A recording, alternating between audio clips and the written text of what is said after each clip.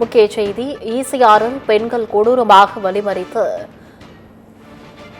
தைரியமாக தாக்க முயலும் அளவிற்கு தமிழ்நாட்டின் சட்டம் ஒழுங்கு சீர்கெட்டுள்ளதாக தற்பொழுது எடப்பாடி பழனிசாமி தரப்பிலிருந்து குற்றச்சாட்டானது முன்வைக்கப்பட்டிருக்கிறது. இரவு நேரத்தில் யார் வெளியே செல்ல கூறியது என காவலர்கள் கேட்டதாக பாதிக்கப்பட்டவர்கள் புகார் அளித்த நிலையில் தற்பொழுது சட்டம் ஒழுங்கு சீர்கெட்டிருப்பதாக எடப்பாடி பழனிசாமி தரப்பிலிருந்து கடுமையான கண்டனமானது பதிவு செய்யப்பட்டிருக்கிறது.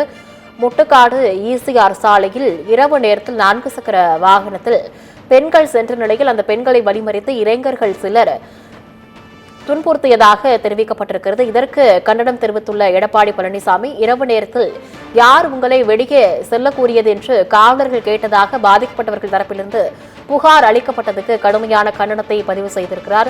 தமிழ்நாட்டின் சட்ட ஒழுங்கானது சீர்கெட்டிருப்பதாக எதிர்க்கட்சித் தலைவர் எடப்பாடி பழனிசாமி தரப்பிலிருந்து கண்டனமானது பதிவு செய்யப்பட்டிருக்கிறது.